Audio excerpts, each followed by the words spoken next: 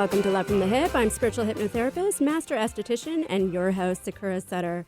This is the third edition of a collaboration of Love from the Hip, hosting Sage Sisters podcast, featuring Megan Durkins and Haley McLennan. We will feature amazing people locally in the Seattle area, grabbing their story and sharing their healing insight and wisdom.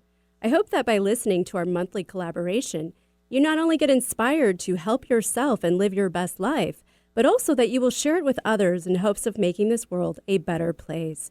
After all, we all have a responsibility, and we owe it to ourselves first. I would like to now introduce my lovely co-hosts, Megan and Haley. Hey everyone, I'm Haley. And I'm Megan. We're the hosts of Sage Sisters podcast. And we are two energy healing junkies based here in the Pacific Northwest who are on the search for what wellness and self-care actually mean. Every Friday, we dive into the paths of various healing practitioners, coaches, and teachers, as well as our continued exploration of our own energy work, spirituality, and self-care. You can find us anywhere you listen to podcasts and on Instagram and Facebook at Sage Sisters Podcast. So, Megan and Haley, can you tell our listeners more about our special guest for today? Yeah. Toni Aswegan is a mental health therapist and yoga teacher specializing in treating trauma, depression, and anxiety.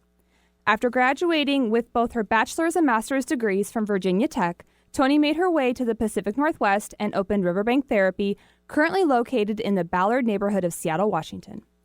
Toni draws heavily from mindfulness practices and yoga philosophy, as well as cognitive behavioral therapy, acceptance and commitment therapy, sensory motor and somatic therapy, yoga therapy, and dialectical behavior therapy.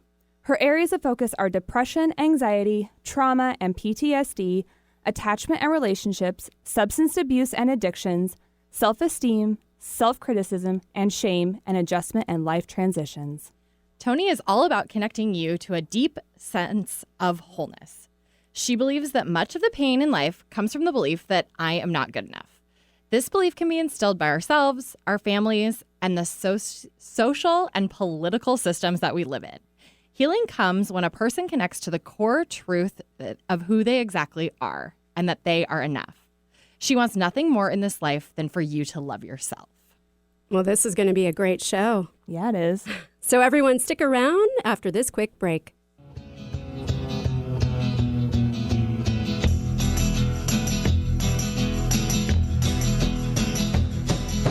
You keep saying you got something for me. Hypnotherapy helps you discover and explore deep, sustainable life changes. Let Sakura guide your communication with your unconscious mind. Rid yourself of negative behaviors, fears, pains, and emotions. Weight loss, smoking, childhood trauma, chronic pain, and much more can be addressed. Begin healing now. Just $100 for the first session. Learn more, SakuraSkinandMind.com. SAKURA skinandmind.com. Bring out the healthy way of thinking you didn't know you had. Find out the latest about your favorite shows on Alternative Talk 1150. Check out 1150kknw.com. And that's just what they'll do. One of these days, these boots are gonna walk all over you. Welcome back to Love from the Hip. I'm spiritual hypnotherapist, master esthetician, and your host, Sakura Sutter. And don't forget to follow me on Instagram and Facebook and to subscribe and share my YouTube channel and podcast, Love from the Hip, that's HYP, anywhere you can find podcasts. If you are just joining us, today is the third episode of a monthly collaboration with Sage Sisters podcast. Hey everyone, I'm Haley. And I'm Megan, and we're the hosts of Sage Sisters podcast. And we are two energy healing junkies based here in the Pacific Northwest who are on the search for what wellness and self-care actually mean. And you can find us with new episodes every Friday anywhere you listen to podcasts. Today we have the pleasure of having Toni Aswegan on our show. Toni is a licensed mental health counselor and owner of Riverbank Therapy in Ballard. We are so excited to have Toni. We are going to cover all of the stressors of the holiday season. Perfect. We've been wanting to talk about this topic for some time, and so we were so grateful that Toni agreed to come on and chat with us about it. So let's jump right in. Let's talk about family during the holidays. So, Toni, what would be your recommendation for someone who wants to spend time with their family during the holidays, But, you always get that like uncle or your grandma or your mom who's asking you that probing question. When are you going to get married? When are you going to have a baby? What are you doing next? Yeah. How do you handle that?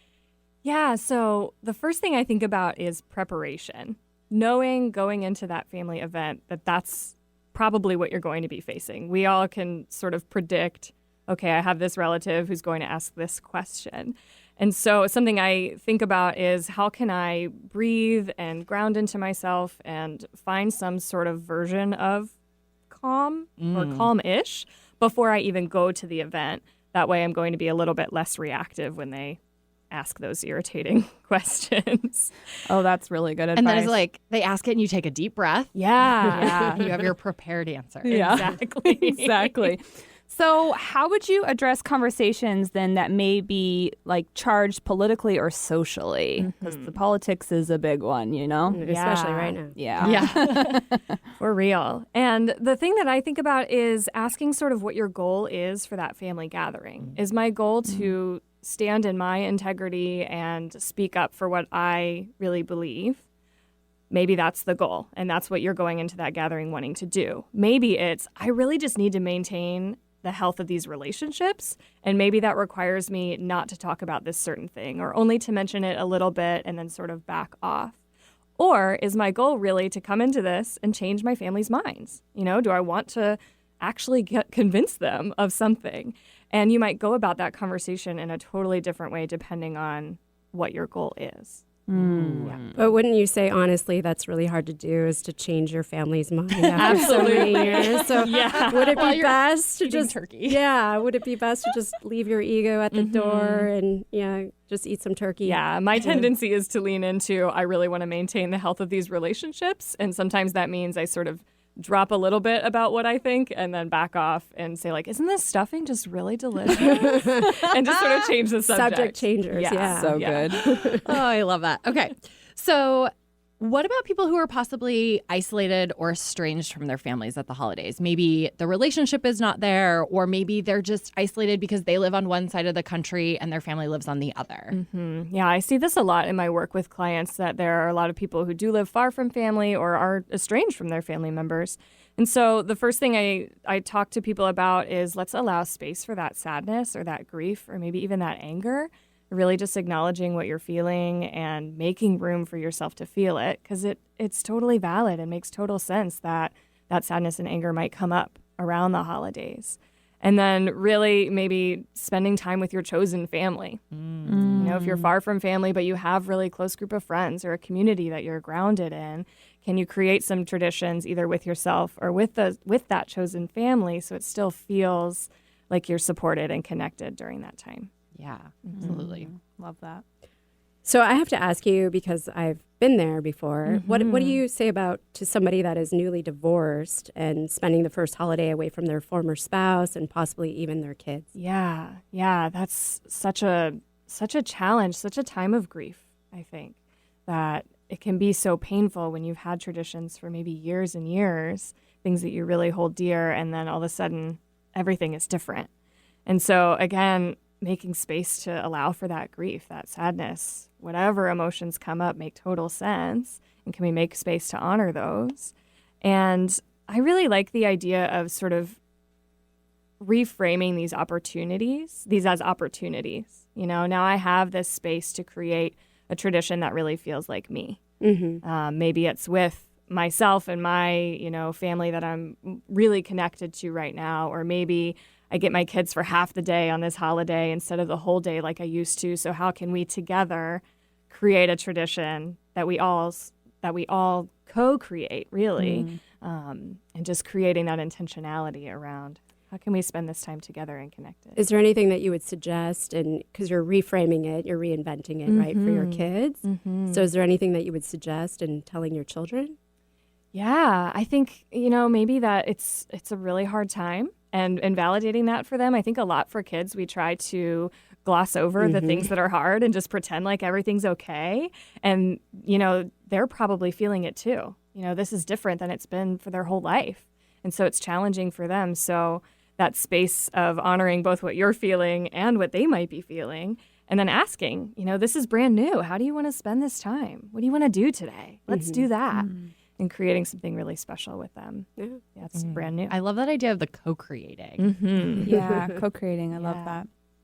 Okay, let's talk about money and gifts and travel around the holidays. So, Toni, what would you recommend for someone who's like really stressing about money? There are always a lot of expectations around gifts and travel during the holidays, whether it's with family, friends, coworkers.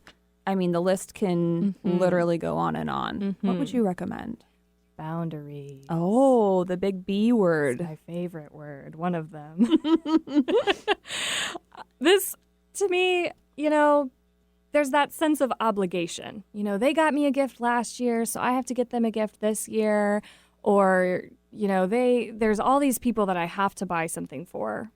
And those boundaries are so important to really check in with yourself. What do I need? What will take care of me? Maybe my bank account doesn't support me buying gifts for my 25 coworkers and my 30 people in my family. I just can't do it. And so allowing for that boundary and then reminding yourself that you don't have to apologize for it. You can just say, this is a hard time for me. I'm not doing gifts this year. And leave it at that. I think we have this tendency to over-apologize for our boundaries and feel this guilt. Yes. Yeah, and to feel like there's an expectation, right? Yeah, and I think I've even had holidays where I'm like, let's just all agree to do one or two and pick a name. Yeah, but then there's always like one person who doesn't follow it, and then you're like, hey, what? Yeah. Like, why wouldn't it's supposed to be $15 and under? Yeah, or one present from Santa, not 4. I also like the idea of like an experience altogether versus doing gifts. Yeah, I love that. I don't value giving you this gift card, but I would love to take you out to dinner. Yeah. Then you're spending your money in a place. If you are spending money on it, it might be a free experience, but you're doing something you really value, building that connection. Yeah, that's great. Well, we're going to have to take a break, so everyone stick around for more Love from the Hip hosts Sage Sisters podcast.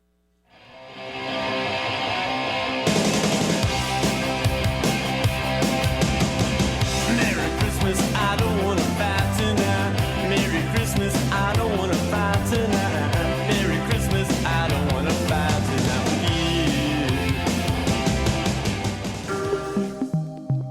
tonight. Hey everyone, I'm Haley. And I'm Megan, and we host Sage Sisters podcast.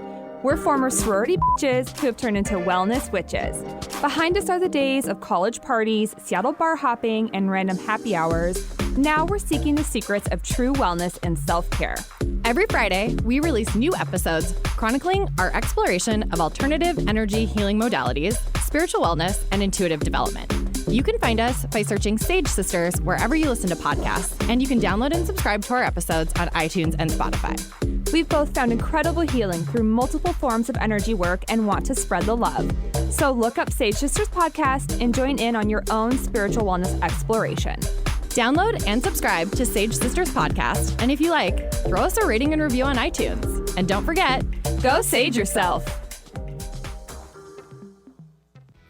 Men, care for your skin properly, starting with your face. Sakura Skin and Mind offers their Gentleman's Groom Clinical Facial for just $120. Designed for your rugged skin, a deep cleansing clinical facial is like a 1-2-3 punch to wrinkles, age spots, and problem skin. Tame those brows, ears, and nostrils. Sakura Skin and Mind, erasing wrinkles one clinical facial at a time. Learn more at sakuraskinandmind.com. SAKURA skinandmind.com.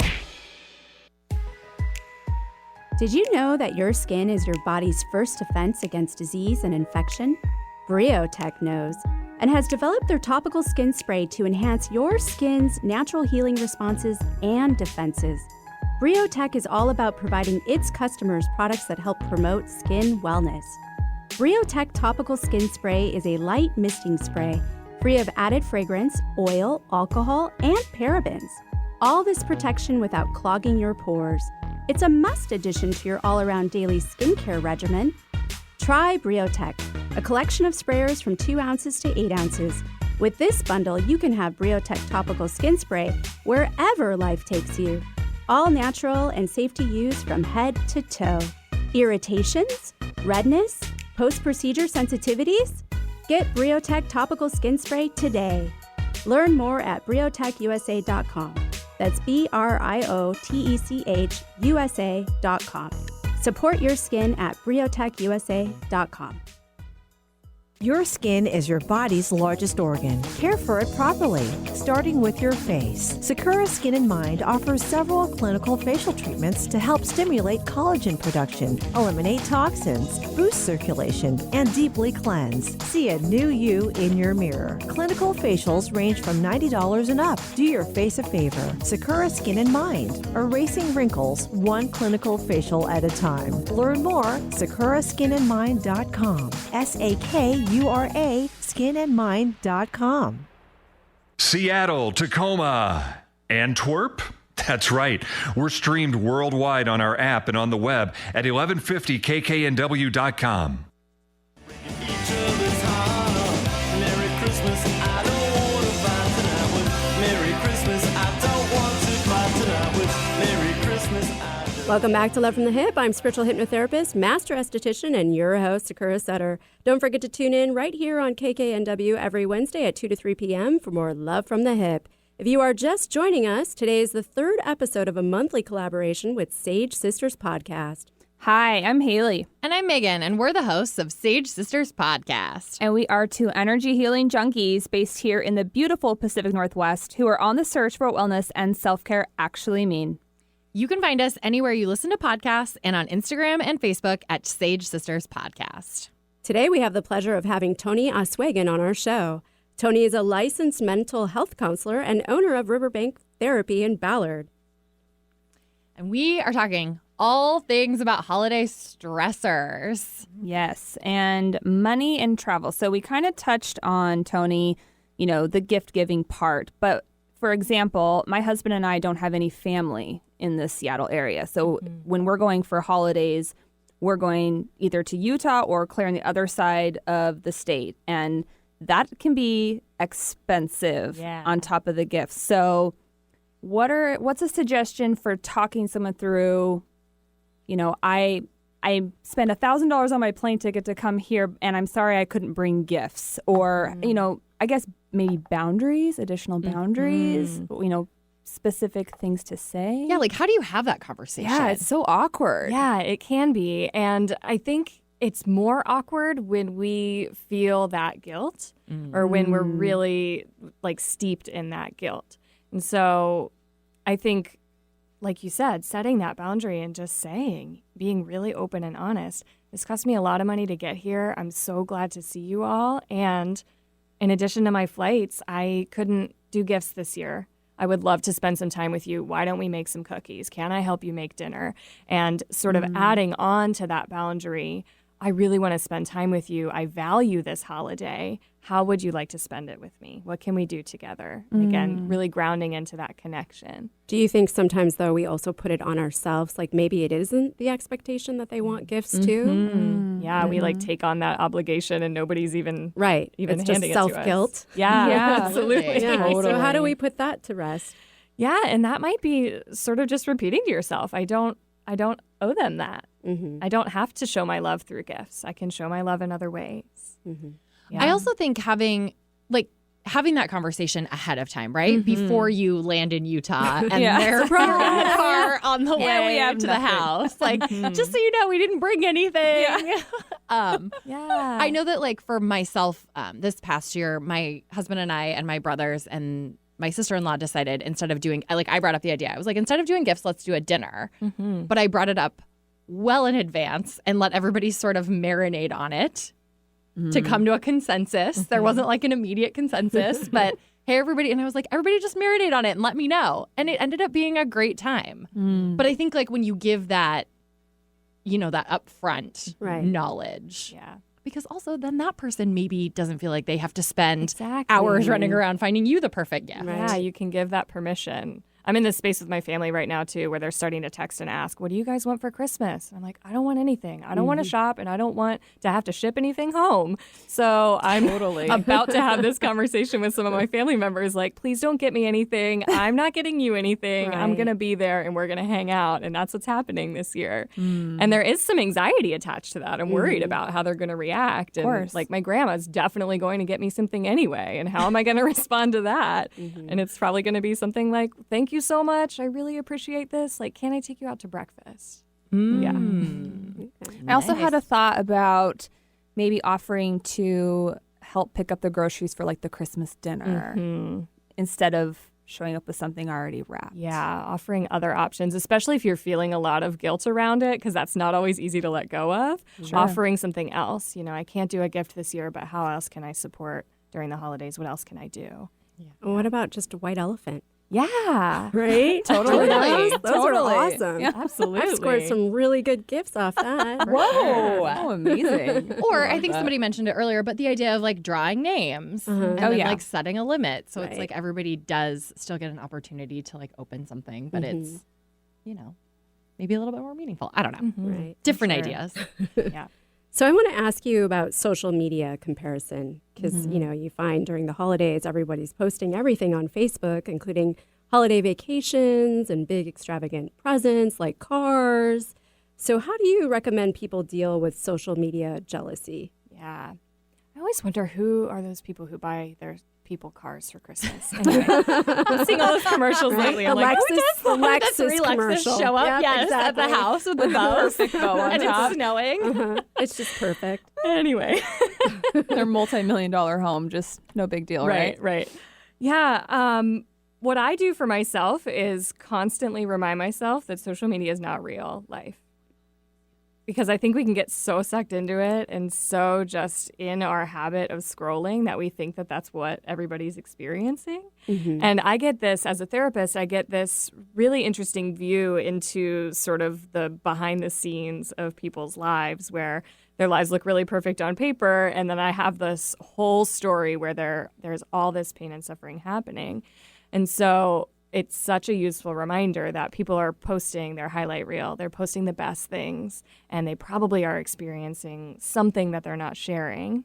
And not to use that to like cut them down, but to say, this isn't all that, I'm only seeing part of the story. This isn't all of it. And then I like to use that also to turn into gratitude. I also think the holidays can be sort of overly focused on gratitude. So I want to offer this tool with some softness and say, if you don't feel grateful, that's okay. But personally, I practice a lot of gratitude when I'm experiencing that sort of jealousy from social media images is, okay, what's going well in my life? What am I feeling really grateful for?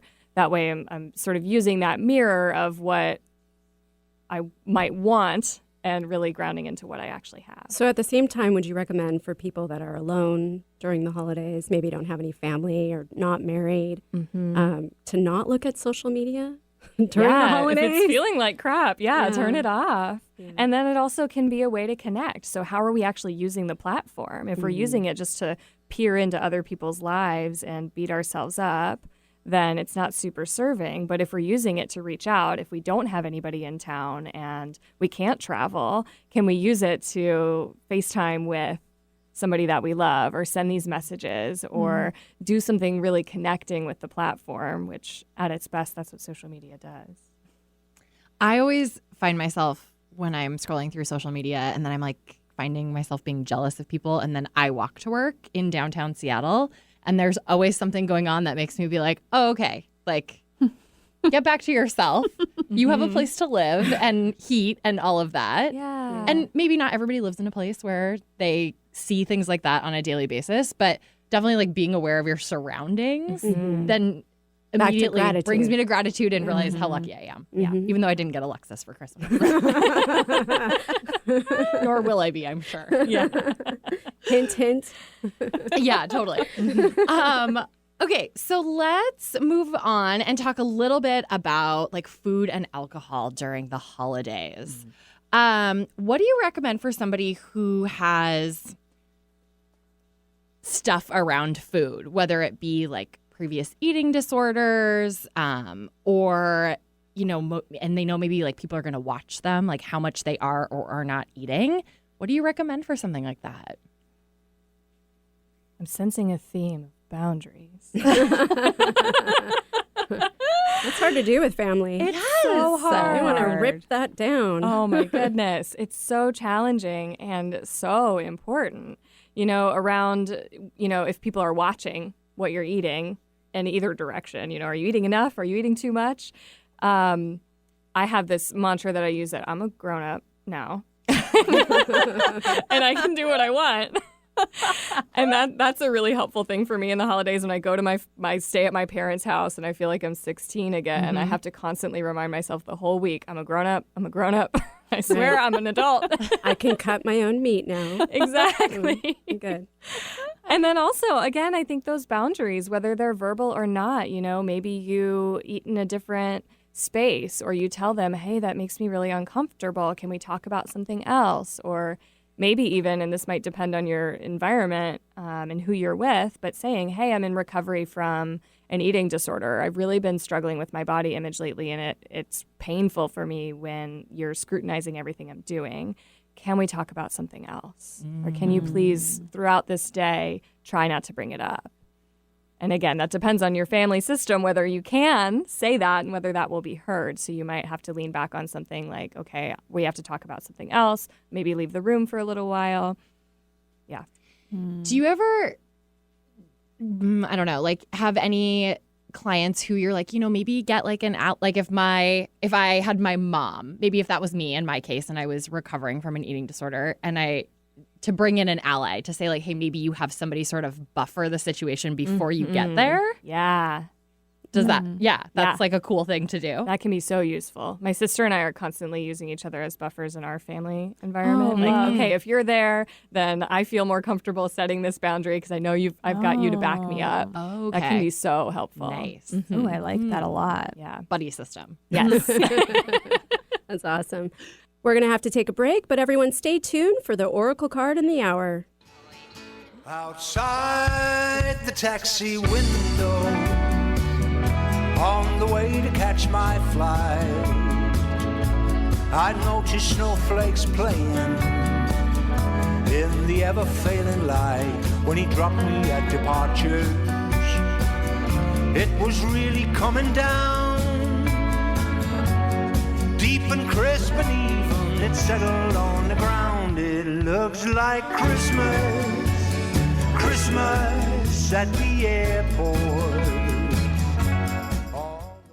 And now it's time for the Oracle in the Hour reading. So we love Oracle cards. They are a great way to get information from your higher self about general and specific issues or topics. Today, Sakura pulled from the Archangel Michael by Doreen Virtue deck. Sakura, what did you pull? And it's so fitting for today. Intuitively guided to pull this card is Ask Archangel Michael to help you with this situation. The card reads, the situation that's concerning you can improve with Archangel Michael's help. This card serves as a reminder that it's never too late to get the angels involved, and their assistance will improve everything immediately, including giving you inner peace, new ideas, and insights. Be open to miracles that take on surprising forms. I love how this ties into today's guest and the conversation as to the fact that the holidays are going to bring about tough situations, and to remember to ask the angels for help. And also, if you are feeling alone or isolated this holiday season, to remember you are never alone and that the angels are there with you.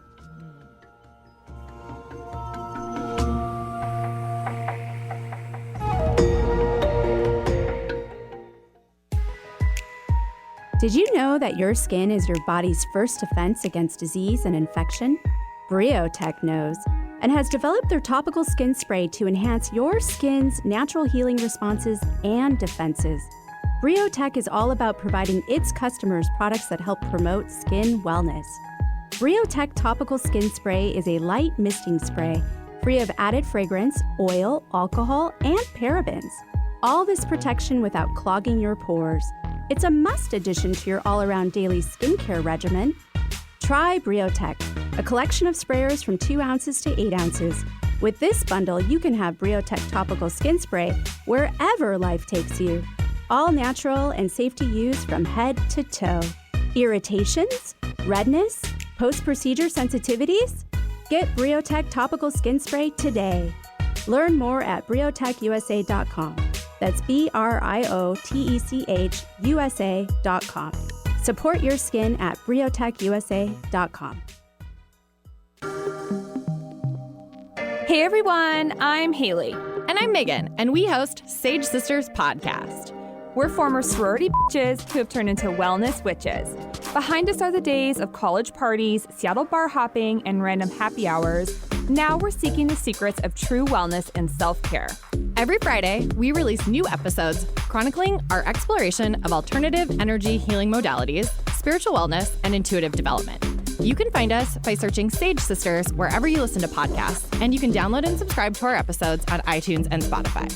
We've both found incredible healing through multiple forms of energy work and want to spread the love. So look up Sage Sisters Podcast and join in on your own spiritual wellness exploration.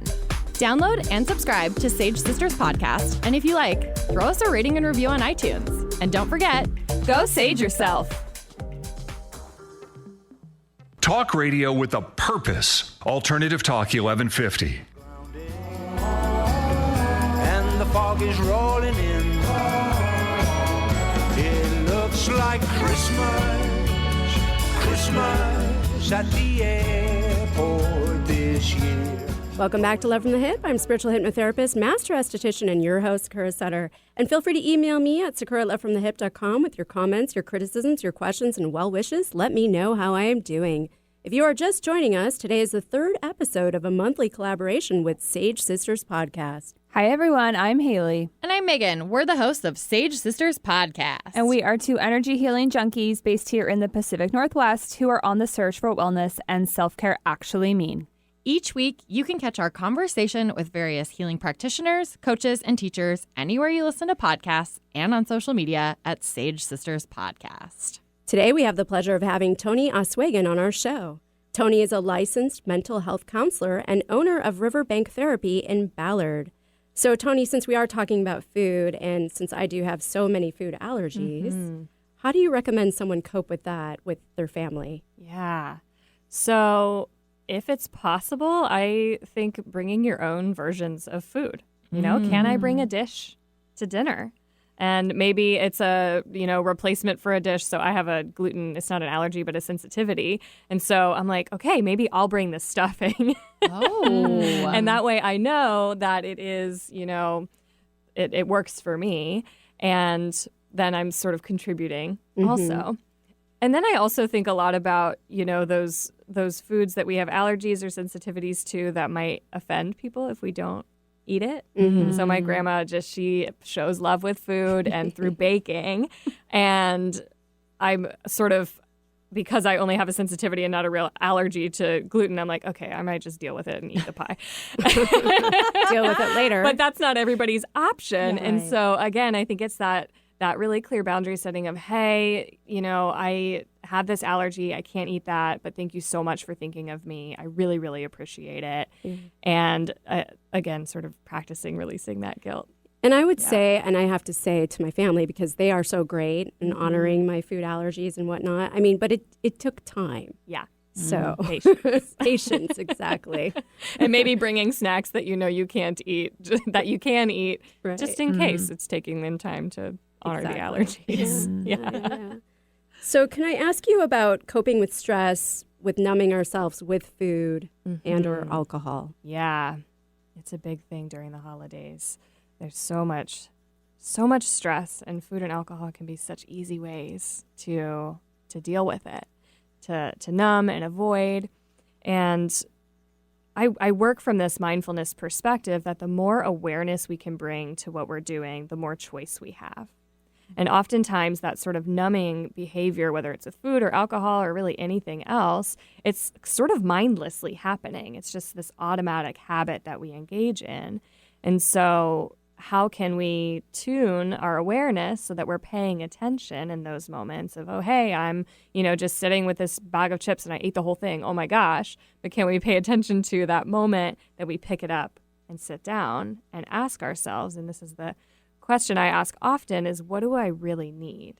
What am I really looking for when I'm reaching for a drink, when I'm reaching for more food than I need to nourish myself? What is it I'm really wanting? Maybe it's comfort. Maybe it's rest. Maybe it's time away. Maybe it's connection.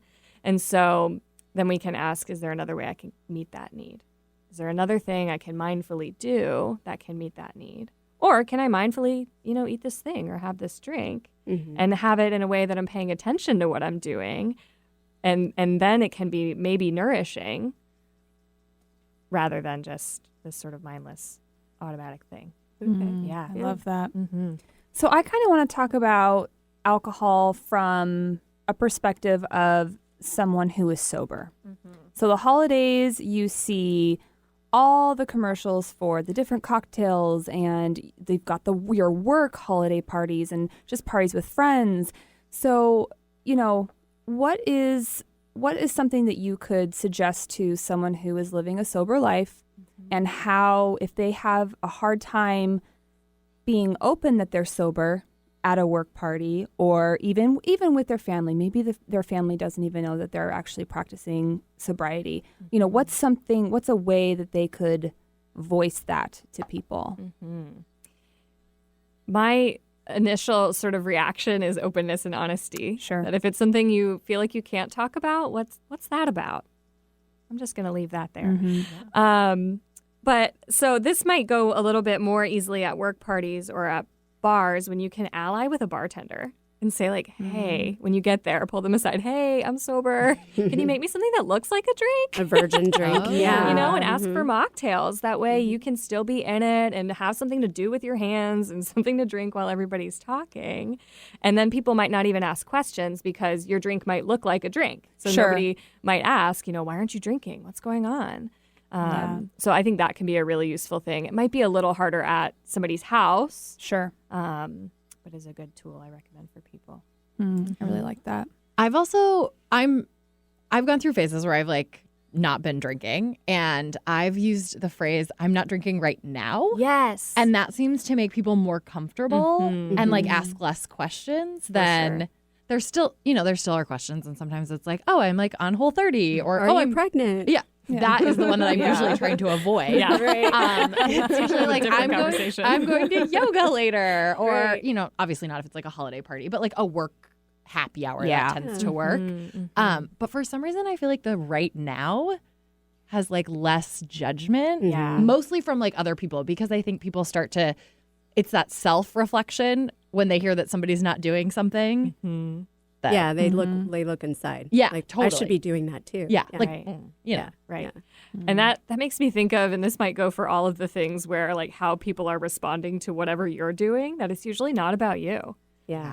If you're saying I'm not drinking and somebody has a big reaction to that, that's not at all about you.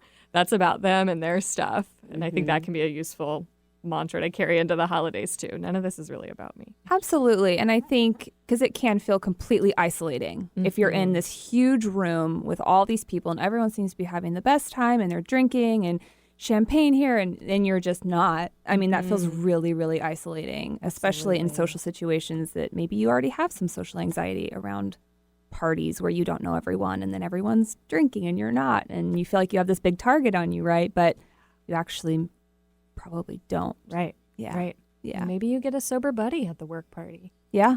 Yeah. What about the flip side of that, where you drink too much? Oh my God, at that's a what I work was just I was going to say, and the other side of that.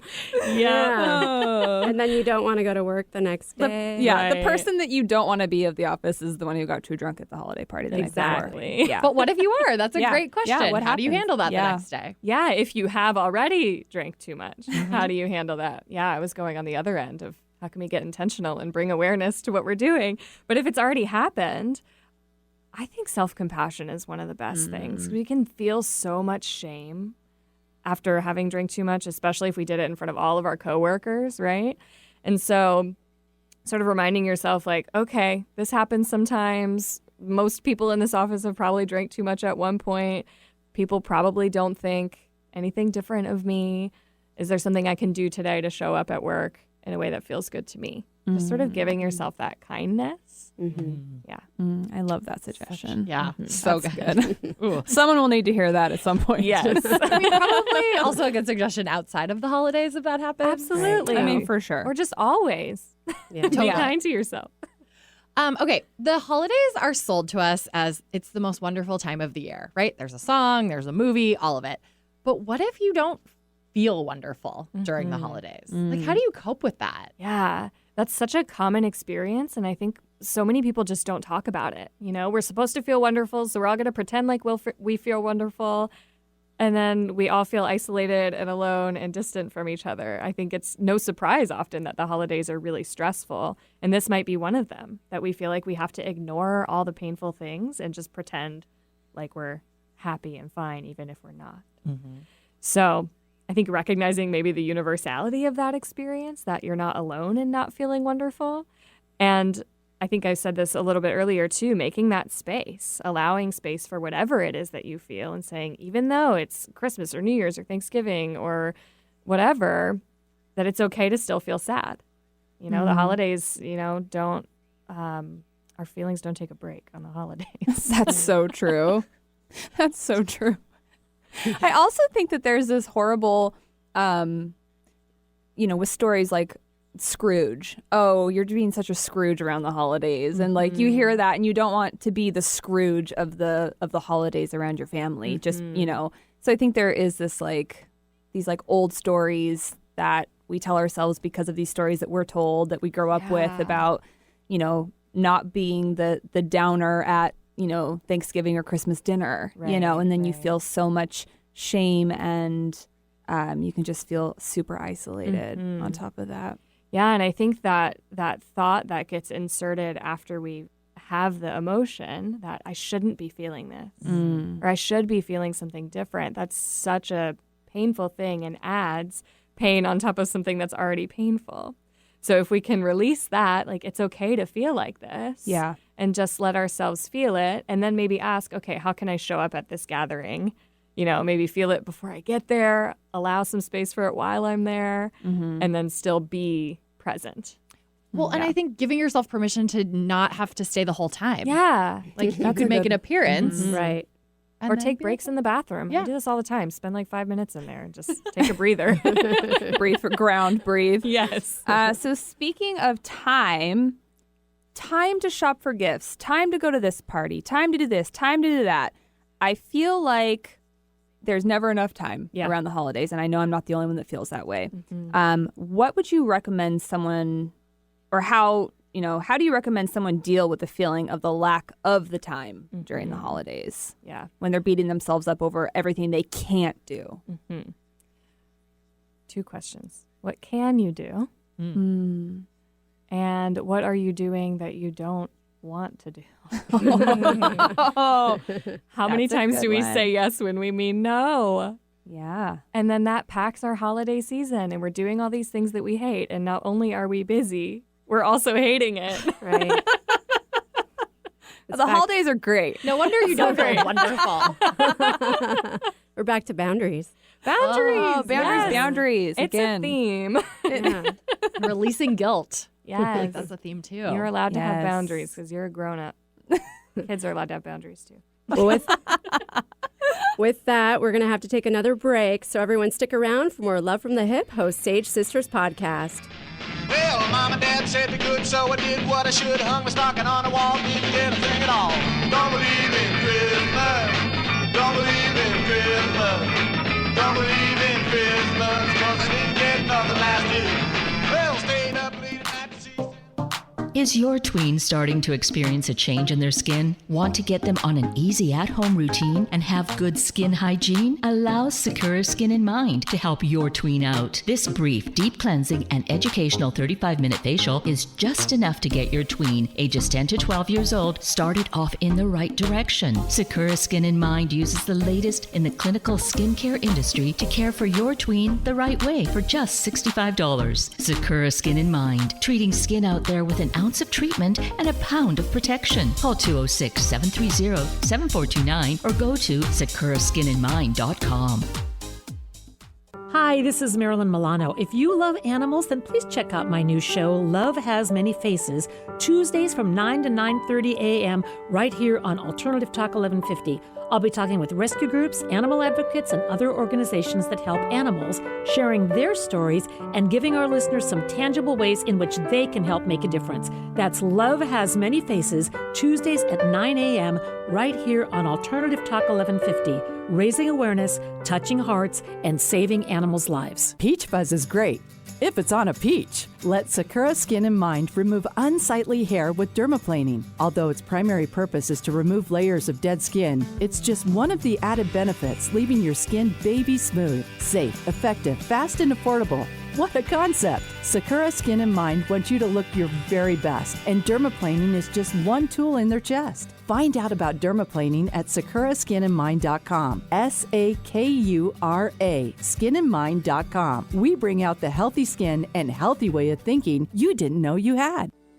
What's your story? Have you ever sat with that question and looked to your heart for the answer? It's time to explore the real you. Tune in Thursdays from 4 p.m. to 5 p.m. for the brand new show, Story You, with Coach Debbie. Debbie and her guests have a mission to inspire and coach you to find your voice. If you need direction, Story You with Coach Debbie is for you. If you want to be an author, Story You with Coach Debbie is for you. Tune in Thursdays at 4 p.m. and be inspired. Broaden your horizons. You'll be amazed at all the topics we cover on Alternative Talk 1150.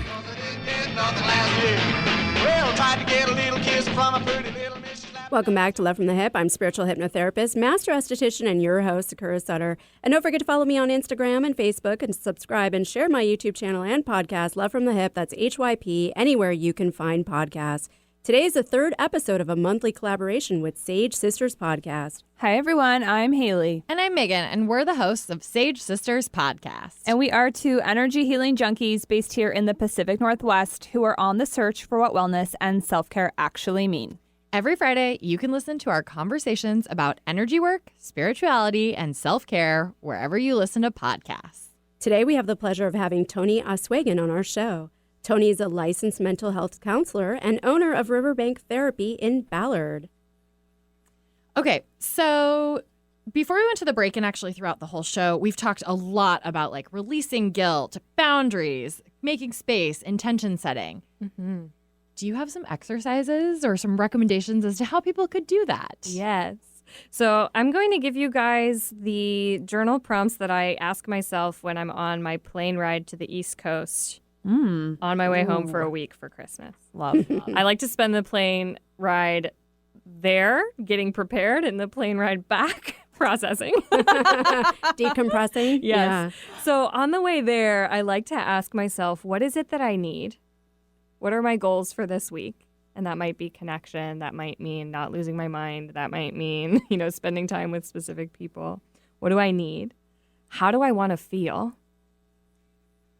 What resources do I have, either internal or external? What are some things that I can do for myself to take care of myself? And what are the external resources that I have? Maybe it's my dog. I take him with me when I travel. And maybe it's my best friend. I can get some time away. Or there's a place in my hometown I really like to go that feels really calming to me when I can take a break. So what resources do I have? How can I take care of myself? I try to maintain my self-care routine when I'm traveling. This goes for any travel. Or even during the holidays when our routines are disrupted, what can we hold on to that's really useful? I try to still meditate and move my body in a way that feels good, which a lot of times is just going on a walk with my dad, which is wonderful. So how can I take care of myself during this time? And then affirmations, which can be anything you want. I like to pick 3 or 4 statements, I'm a grown-up, I'm enough, just to remind myself of these things that are really easy to lose track of when we're in this sort of hectic season. Okay. So good. I love those. I'm like scribbling. Yeah, Megan was like furiously writing. Taking notes. So aside from family and food triggers, let's talk about the seasonal darkness. How do you recommend someone cope with SAD? Oh, it's so dark. We're all so sad. Seasonal affective disorder is quite real. And even if we don't have the official, a diagnosis of it, the darkness is hard. It disrupts our patterns. So I consider, how do I get something like sunlight? I recommend people who have access to it to get a sun lamp and just sit in front of that for a little bit of time in the morning to get, whatever magical rays come out of a sun lamp that make you feel better. And talking with a doctor about vitamin D or even potential medications for the winter. A lot of times we're vitamin D deficient anyway, and then in the wintertime we get even more deficient. So talking with your doctor about adding that to your routine could be useful. I also think about staying active. We go into hibernation mode in the winter, and that just creates this sort of lethargy. So staying active in a way that feels good to you, and then really staying connected to people in your life. We can lose those relationships in hibernation mode and be like, okay, I'll see you in the summer when it's sunny again, like meet on the mountain. Like, no, how can we make time to still be with people? I'm glad you didn't say tanning. Yeah. Yeah, no. Thank you. No. Big no. Yeah, exactly. Thank you. Big no.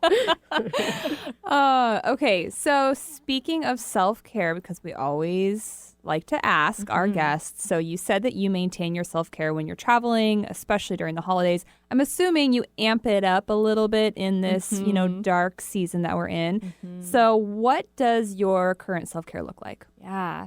So right now it's requiring a lot of patience because I have an injury and I can't move in many of the ways that I usually want to. So I'm just reminding myself, okay, I have other things I can do. So giving myself that patience and compassion is a huge part of my self-care always, but especially right now. And getting really curious and intentional about what I need. So I, recently started going back to therapy. That's been really helpful. I spend a lot of time journaling and sort of planning out my time. I feel personally a lot better when I have structure. So creating that structure and routine for myself. And then I meditate basically every day. That's one of my, core foundational skills for my well-being. So I'm trying to keep that as a daily habit throughout the holiday season and really making those times to connect with people that my relationships, I think, are one of my biggest resources. And so when things get really hard, I try to make extra time to reach out and connect and spend time with people that feel nourishing to me. Amazing self-care.